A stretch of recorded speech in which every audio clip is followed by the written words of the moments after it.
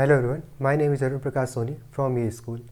जैसे हमने टेंसेस में पढ़ा है कि ये हमारे एक्टिव वॉइस होते हैं, मतलब सॉरी ये मेरे टेंसेस होते हैं इम्पेरेटिव, ठीक है, या फिर इंडेफिनिट, इंटेरोगेटिव, नेगेटिव। ऐसे एक्टिव वॉइस में भी हमारे इंटेरोगेटिव हमारे कुछ होंगे, कुछ हमें इनडायरेक्टली, मतलब एक्टिव वॉइस में कुछ हमें ये भी तो दे सकते हैं नेगेटिव सेंटेंस, उसको हमें पैसिव में बदलना हो, या फिर कोई क्वेश्चन हो कर रहा हो उसको बदलना हो। तो ये सब कैसे करेंगे हम पैसिव वॉइस में, तो उसको देख लो एक एक एग्जाम्पल।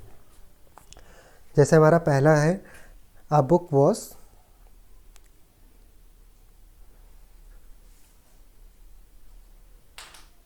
जैसे यहाँ पे लिखा हुआ है शी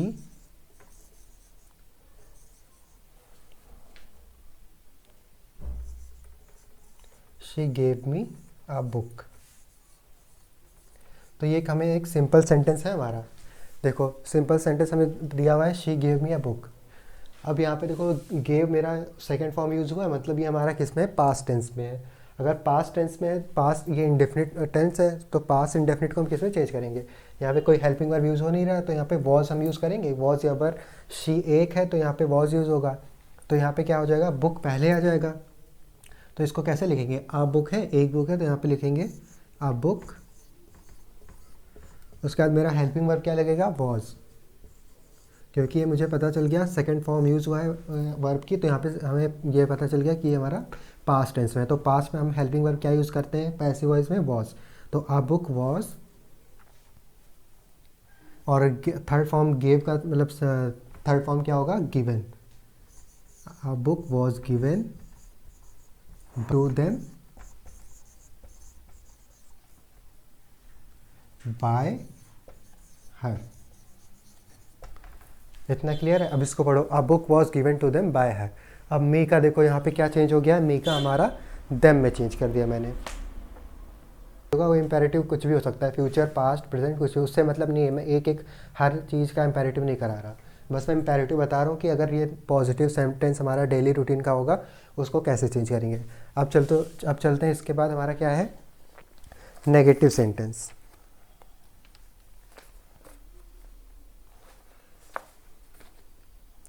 नेगेटिव में बस कुछ चेंजेस नहीं होंगे, बस हमें वॉज के जहाँ पे नॉट लगा होगा अकॉर्डिंग टू द हमारी सेंटेंस, उसके बाद हम नॉट लगा देंगे। उसमें कुछ करना नहीं है, ना हमें कुछ उसमें रूल्स याद करने हैं। आते हैं सीधे इंटेरोगेटिव पे,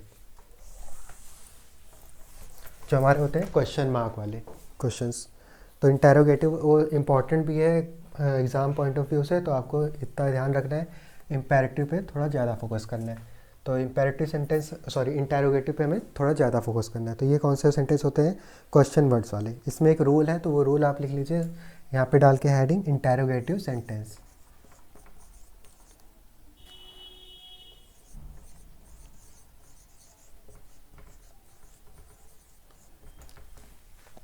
ठीक, इंटेरोगेटिव सेंटेंस।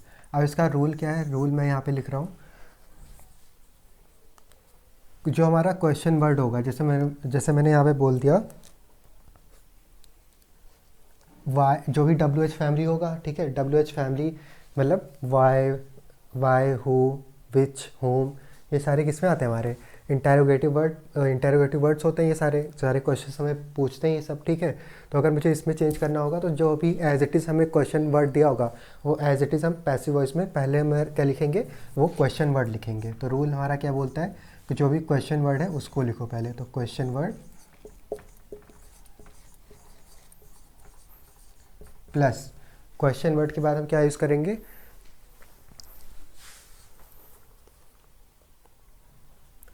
जो भी हमारा हेल्पिंग वर्ब होगा वो यूज़ करेंगे, ठीक है। मैं यहाँ पे शॉर्ट फॉर्म में एच पी लिख रहा हूँ, तो जो भी हमारा हेल्पिंग वर्ब होगा वो यूज़ करेंगे। उसके बाद हम क्या यूज़ कर देंगे, वर्ब की थर्ड फॉर्म V3 में यहाँ पे लिख रहा हूँ, और बस हमारा बन गया। जो भी हमारा नॉर्मल रूल फॉलो होता आया है वो फॉलो करेंगे उसके बाद। तो अब देखो एक एग्जांपल मैं लिख रहा हूँ यहाँ पे। तो एग्जांपल क्या है, why are you doing this.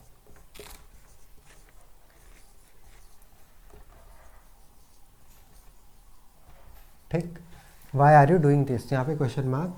तो अब देखो why are you doing this, अब इसको अगर मुझे उसमें चेंज करना हुआ पैसिव वॉइस में, तो क्या करेंगे, हम देखो ऊपर रूल पढ़ेंगे। रूल हमें क्या बोल रहा है, क्वेश्चन वर्ड को एज इट इज़ लिख दो। तो क्वेश्चन वर्ड मेरा क्या है यहाँ पे, वाई, तो मैंने वाई को एज इट इज़ लिख दिया। अब यहाँ पे देखो आर यूज़ हो रहा है, तो आर यहाँ पे कहाँ पे यूज़ होता था हमारे कॉन्टीन्यूअस में। अगर कॉन्टीन्यूअस में हमारा आर यूज़ होता है तो पैसिव में आर बीइंग लगता है, RBEING, उसके बाद आर के साथ बीइंग लगता है, तो यहाँ पे क्या लगा देंगे, बीइंग। ठीक, और यहाँ पे वाई यू को हम किसमें, देखो यहाँ पे क्या लिखेंगे, is being done by you और क्वेश्चन मार्क। अब इसको देखो, why is this being done by you. अब इसको अब देखो यहाँ पे डिफरेंस क्या है, वाई तो हमारा सेम लिखा रहेगा अकॉर्डिंग टू द रूल, हमें वाई पहले लिखना है, उसके बाद हम हेल्पिंग वर्ब क्या लगाएंगे, इज़। ठीक, यहाँ पे आर इज़ ये सब आप helping verb according to the sentence manage कर लेंगे। तो यहाँ पे वाई इज़ दिस बीइंग, हम यहाँ पे क्यों लगा रहे हैं, आर इज एम, आर के साथ क्या लगता था हमारा, बीइंग। कॉन्टीन्यूस टेंस अगर हम पैसे में बदलते हैं तो वहाँ पे बीइंग लगता है, और डूइंग का हमारा थर्ड फॉर्म डन होता है, और डन जैसे ही मैंने वर्ब की थर्ड फॉर्म लिखा उसके बाद हमारे रूल फॉलो होते चले जाएंगे। बाय हमने लिखा और सब्जेक्ट को हमने ऑब्जेक्ट में चेंज कर दिया। ठीक है, सब्जेक्ट को हमने ऑब्जेक्ट में चेंज कर दिया, यू लिखा, उसके बाद क्वेश्चन मार्क। तो ये हमारा चेंज हो गया इंटेरोगेटिव को पैसिव में बदलने का तरीका। अब इम्पेरेटिव सेंटेंसेस किस टाइप के होते हैं उस पर बात कर लेते हैं। तो इम्पेरेटिव सेंटेंस हमारे होते हैं जिससे हम एक टाइप ऑफ ऑर्डर देते हैं, जैसे या फिर एक कुछ भी मतलब बोल सकते हैं, ऑर्डर बोल सकते हैं या फिर सजेशन टाइप का बोल सकते हैं। ठीक है, तो इसका रूल लिखो इम्पेरेटिव का, यहाँ पे लिखो इम्पेरेटिव, हेडिंग डालो, और इसका रूल एक छोटा सा बस रूल है। तो इसका क्या है हमारा, पहले हम क्या लिखेंगे, लेट, जैसे वहाँ पे क्वेश्चन मार्क था तो यहाँ पे हम लेट लिखेंगे, एज इट इज़ लिख देंगे, मतलब एज इट इज़ नहीं, मतलब हम लेट लगाएंगे जहाँ भी हमें इम्पेरेटिव सेंटेंसेस मिलेंगे। अब इम्पेरेटिव सेंटेंस किस टाइप के होते हैं उसका भी एग्जांपल लेंगे। तो लेट लिखेंगे, पहले आप रूल लिख लो, let plus subject plus B plus verb की थर्ड फॉर्म, और इसके बाद अपना जो हमारा रूल फॉलो होता है वो। अब देखो, जैसे मैंने बोला bring a glass of water,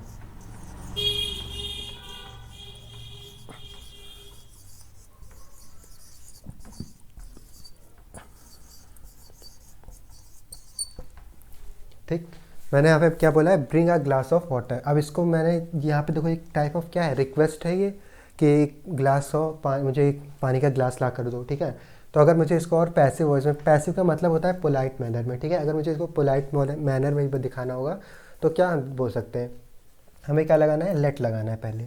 तो हमने लेट लगाया प्लस सब्जेक्ट, सब्जेक्ट हमारे यहाँ पे क्या है, देखो यहाँ पे सब्जेक्ट तो दिख नहीं रहा है, हम किस, तो अगर सब्जेक्ट नहीं है तो हम सब्जेक्ट को नहीं लिखेंगे, अपने मन से नहीं लिख देंगे। ठीक है, तो यहाँ पे लेट है तो सब्जेक्ट अगर नहीं है तो सब्जेक्ट को हम इग्नोर करेंगे, सीधे हम क्या लिखेंगे, लेट अ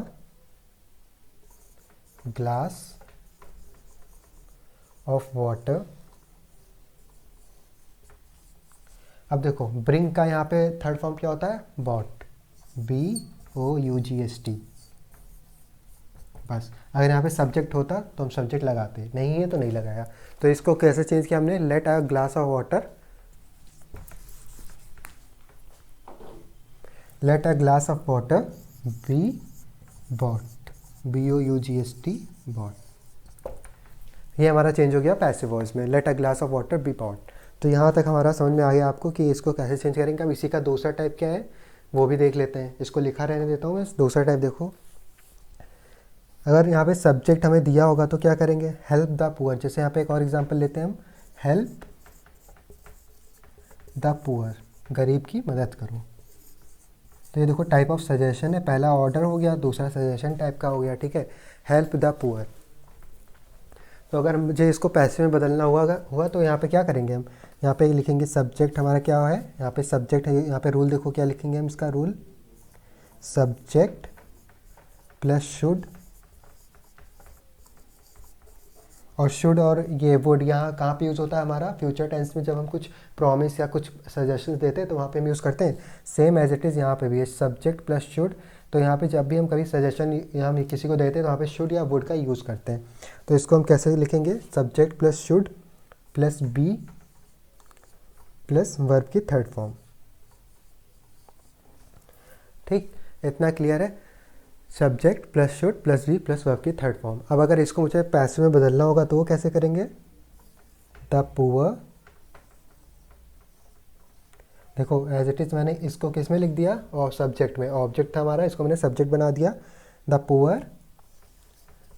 अब देखो उसके बाद हमारा रूल क्या बोलता है? शुड लगाओ यहाँ पे, तो मैंने शुड लिखा, सब्जेक्ट लिखा द पुअर, शुड लगाया, यहाँ पे बी लगाया, यहाँ पे रूल बोल रहा है कि बी लगाओ, उसके बाद वर्ब की थर्ड फॉर्म लगा दो। तो यहाँ पे हेल्प का थर्ड फॉर्म क्या हो जाएगा?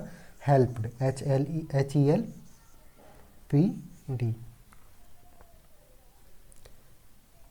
HELPD, helped. ठीक, तो इतना क्लियर है कैसे हम इसको बनाएंगे? Let the poor should be help.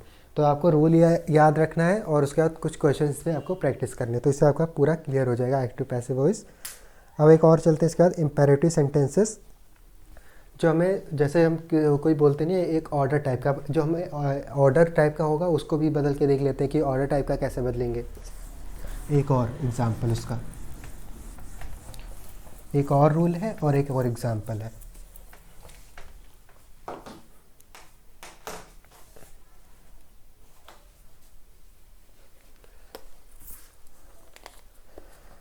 जैसे कि यहाँ पे मैंने बोला प्लीज़ सिट डाउन, यहाँ पे देखो रिक्वेस्ट हो रहा है,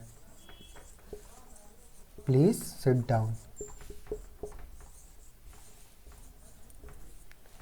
यहाँ पे क्या हो रहा है? हमारा एक रिक्वेस्ट हो रहा है। होपफुली ये विजुअल होगा, नहीं होगा तो मैं फिर से लिख दे रहा हूँ इसको ब्लैक से।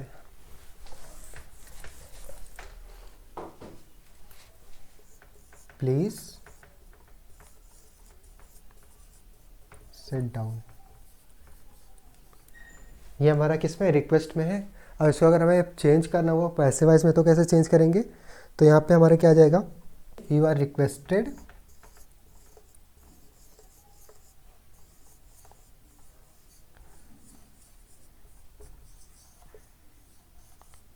To sit down. ठीक, you are requested to sit down. अब इसको अगर मुझे और कोई बदलना होगा, जैसे कि काइंडली रेमिट माई फाइन। ठीक, you are requested to remit my fine. तो यहाँ पे देखो रिक्वेस्टेड का यूज़ कर रहे हैं, जहाँ पे भी हमें वो दिया होगा, कोई भी रिक्वेस्ट कर रहे होंगे प्लीज़ या कुछ भी हम बोल रहे होंगे, वहाँ पे प्लीज़ का यूज़ हो रहा होगा, काइंडली का यूज़ कर रहे होंगे, तो वहाँ पे क्या यूज़ करेंगे? हम रिक्वेस्टेड का यूज़ करेंगे। तो होपफुली आपको इतना क्लियर हो गया होगा मुझे कैसे बदलना है। ठीक, तो एक्टिव वॉइस और पैसिव वॉइस में बस हमारा यही होता है कॉन्सेप्ट कि कैसे बदलेंगे। हमने पूरा आपको नोट्स बनवा दिए, अब आप इस पर प्रैक्टिस करिए कुछ क्वेश्चंस और देख लेते हैं एक दो क्वेश्चन जो हमारे आए हुए हैं, जो आए हुए हैं और जो आ सकते हैं। ठीक है, इसी टाइप के।